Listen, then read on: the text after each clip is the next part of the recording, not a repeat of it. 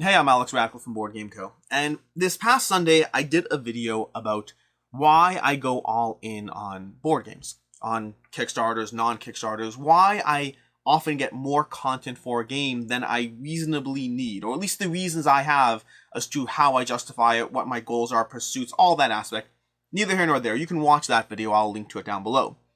But it did get me thinking about which games in my collection do I think actually need more content? Meaning, why I go all in is an argument or a discussion about why I might go for something where I'm getting more content than I need. But what about the times where a base game, where the game you got, could really benefit from more content for the game? And I don't mean expansions that change the gameplay. This is not a video of my top 10 essential expansions. It's a video I haven't done yet, but I will do at some point, I imagine. But that's not this video.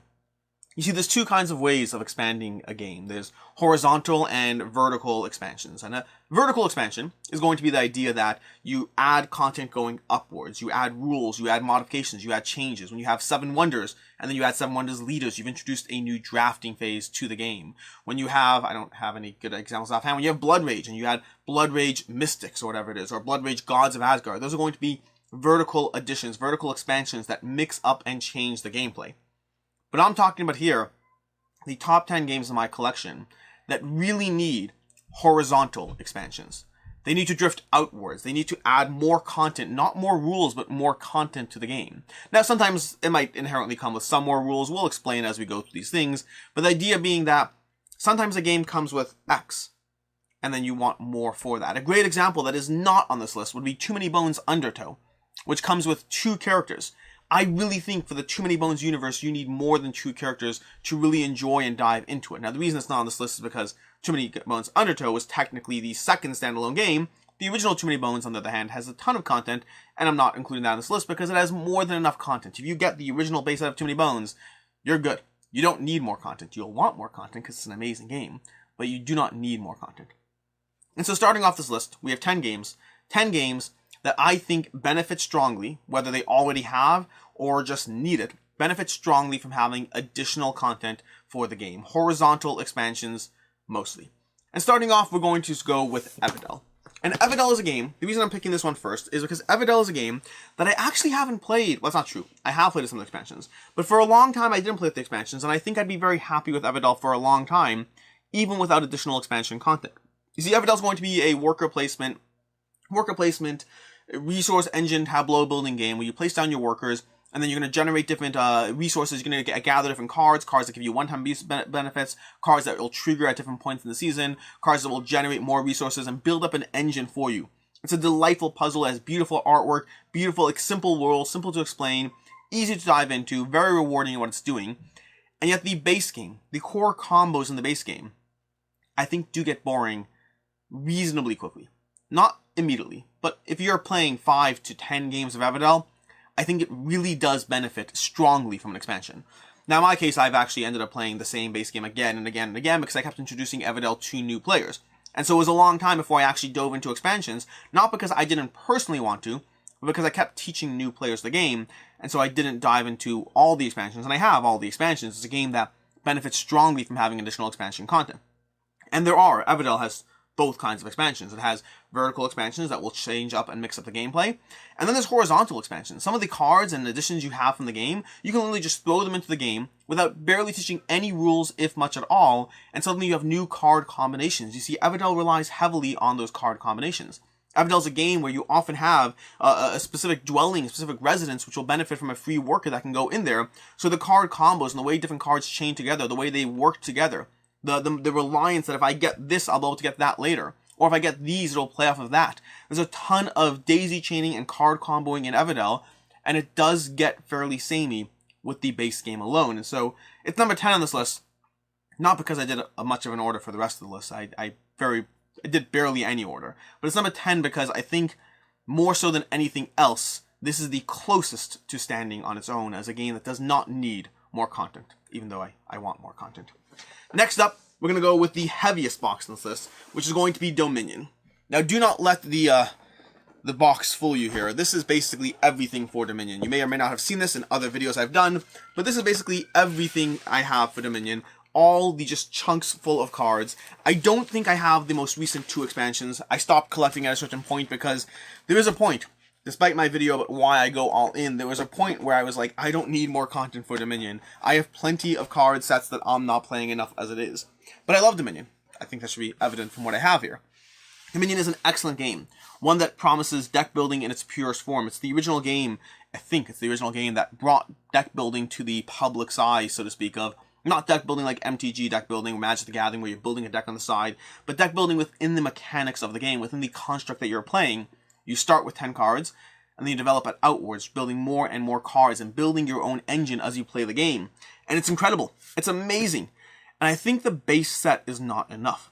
I think the base set is too samey too quickly.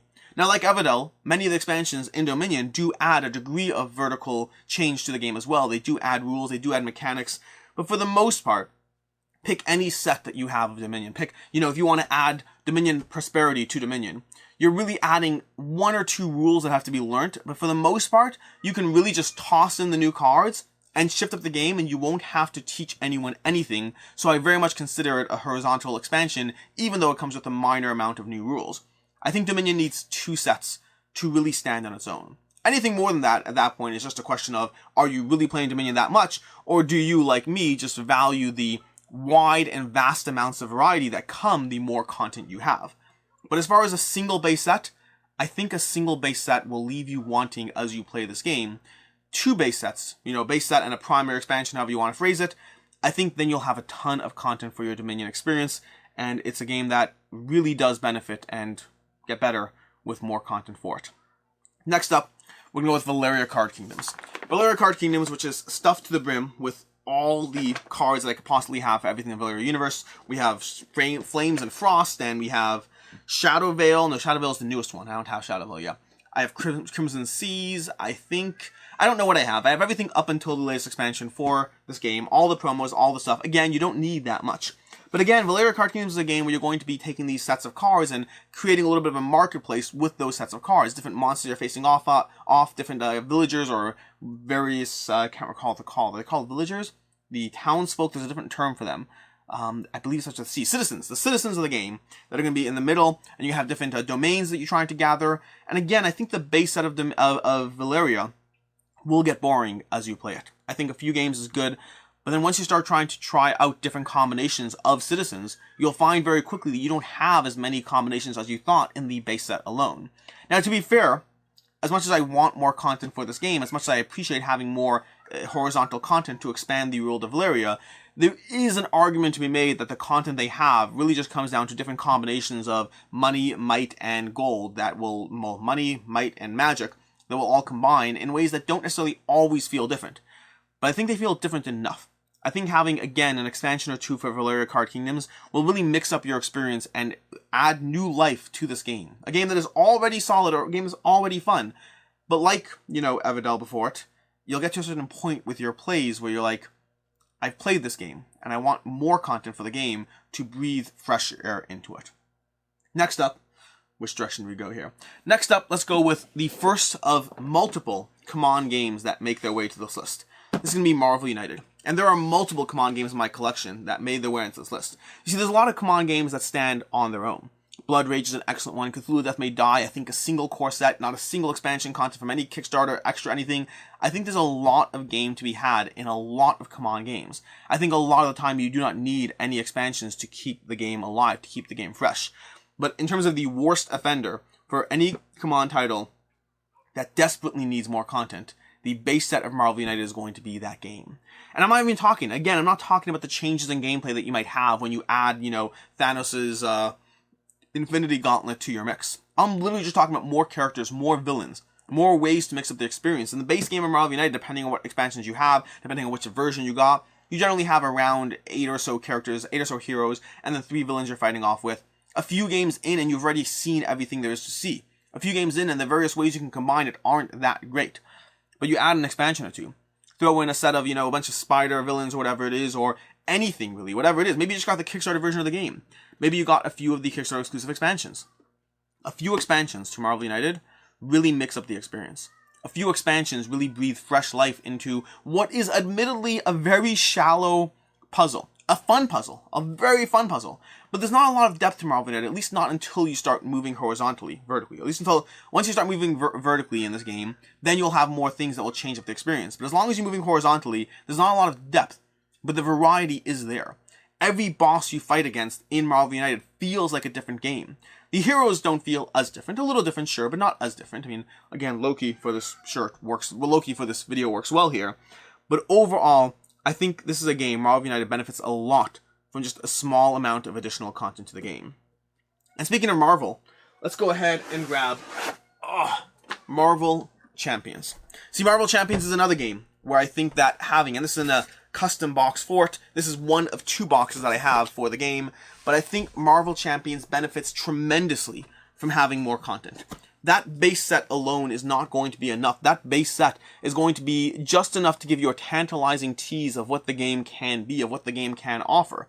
But it won't be the Marvel Champions experience. And that's true, by the way, for any LCG that comes out, any living card game that Fantasy Flight has, whether it's Arkham Horror, whether it's Lord of the Rings, whether it's, well, Marvel Champions. They're all going to give you not enough content in the base game alone. Now, to be fair, Marvel Champions gives you more content than Arkham Horror. It gives you enough content to start really getting a feel for the universe you're about to dive in on. But once you start playing it, you really need more content.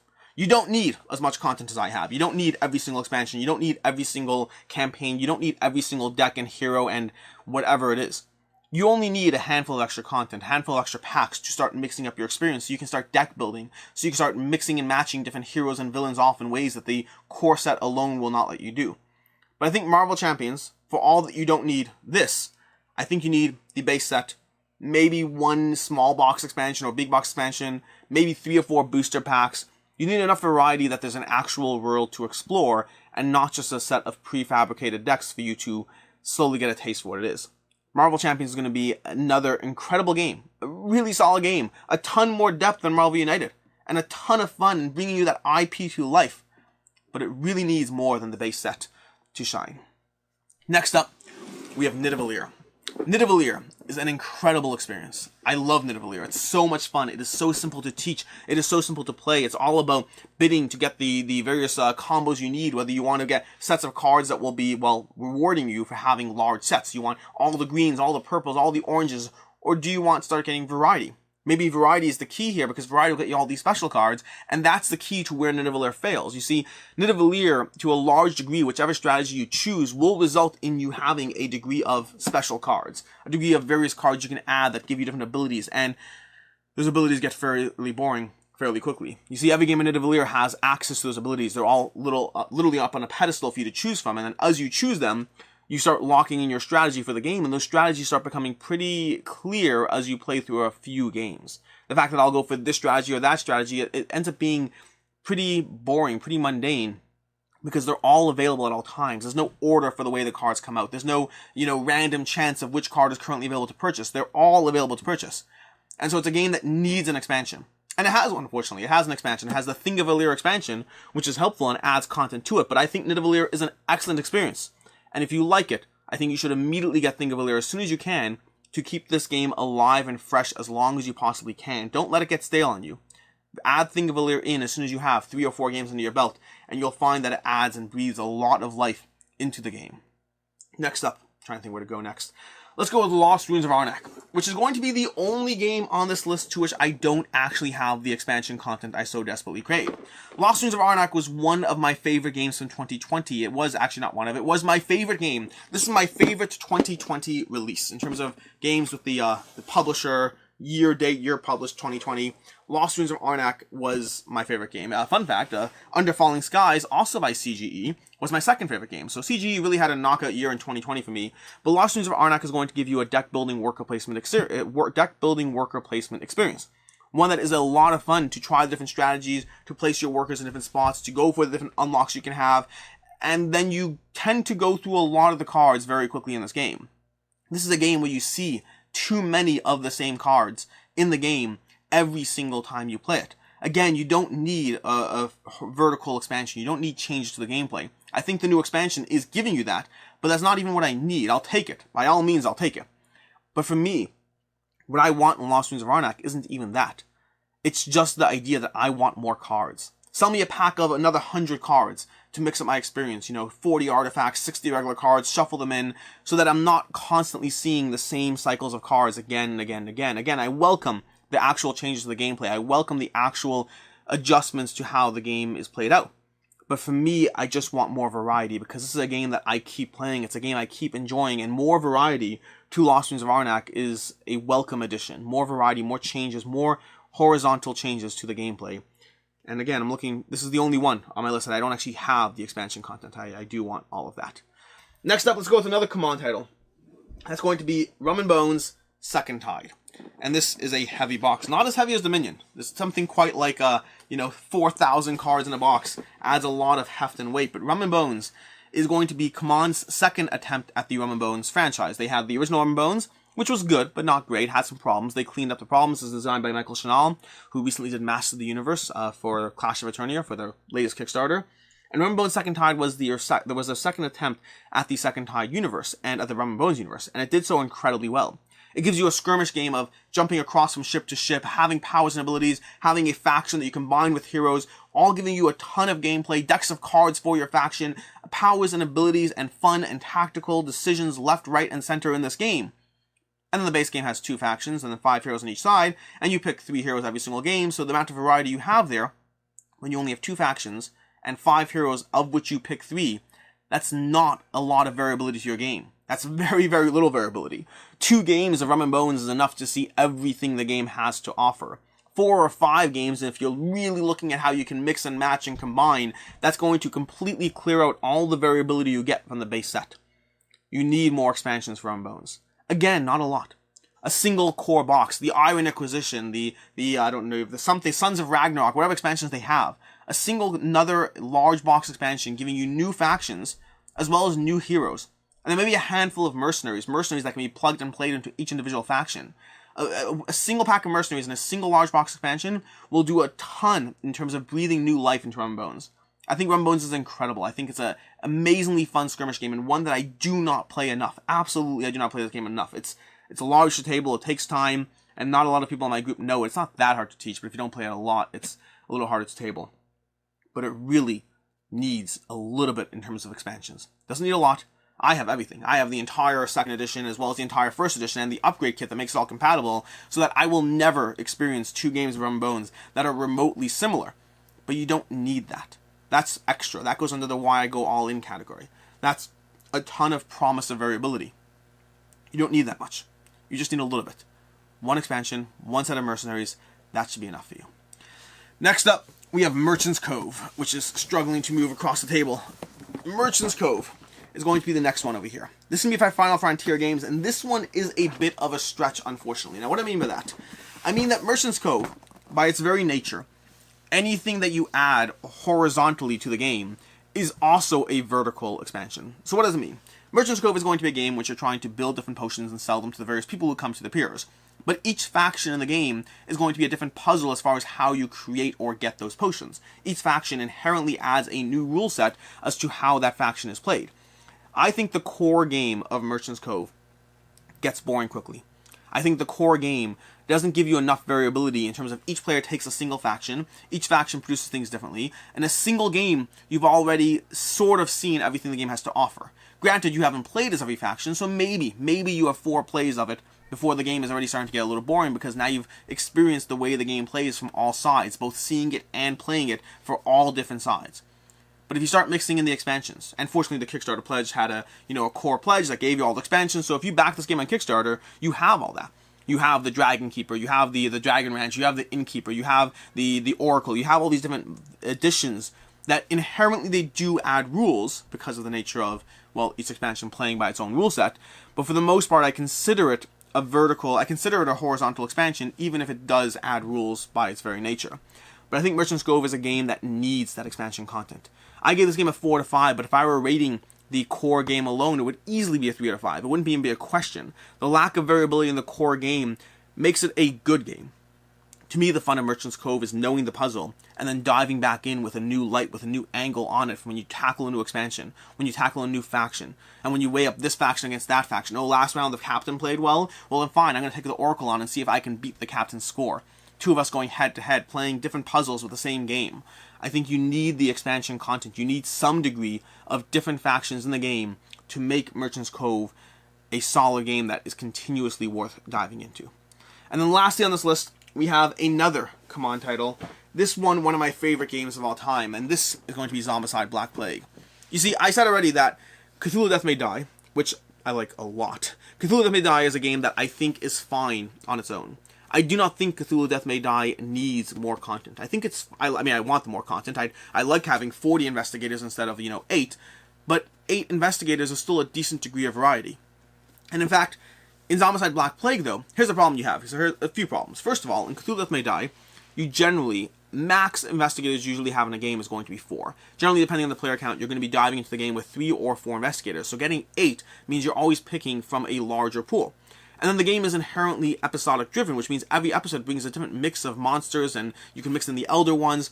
So the core game gives you a decent amount of variety, both in terms of how you play, as well as how the enemies play, as well as how they're all constructed, and how they all come to the table to deliver that unique experience. Each episode, each boss, each elder one, each group of heroes or investigators. Zombicide Black Plague doesn't have that luxury. Zombicide Black Plague gives you 6 heroes, 6 survivors. And guess how many you use in a game? 6. Meaning a single game of Zombicide Black Plague means you already have experienced all the heroes, all the survivors, you've already experienced them all. And in terms of the enemies, there's 3 enemies, you'll see them every single game. The abominations aren't different in the slightest. I think Zombicide Black Plague is an excellent experience. I think it's truly a fun game. And I think it's such a shame, it is such a horrific tragedy, that's probably a bit of an extreme statement, but it's a waste that this core game of Zombicide Black Plague only gives you a taste of what you can actually experience. There's such variety in the necromancers, there's such variety in the abominations, there's tons and tons and tons of heroes if you have the content for this game. There are tons of ways to mix up this expansion, to mix up this game, and I don't think you need it all. For me, my general recommendation, if you're someone who's looking at this, is I think get Zombicide Black Plague, then as soon as you feel like you like it, as soon as you do, don't wait for Game 2, because Game 2 will already start to be more of the same, but go back for the Wolves from Zombicide Wolfsburg, the Deadeye Walkers to give you a ton of mix to the enemies. Those additional 2 enemies, Wolves and Deadeye Walkers, will mix up your experience a ton.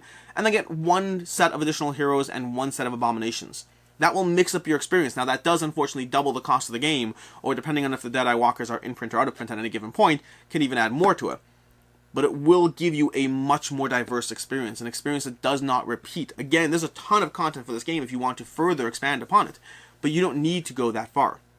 You just need abominations, more heroes, and then a little variety in the enemy types.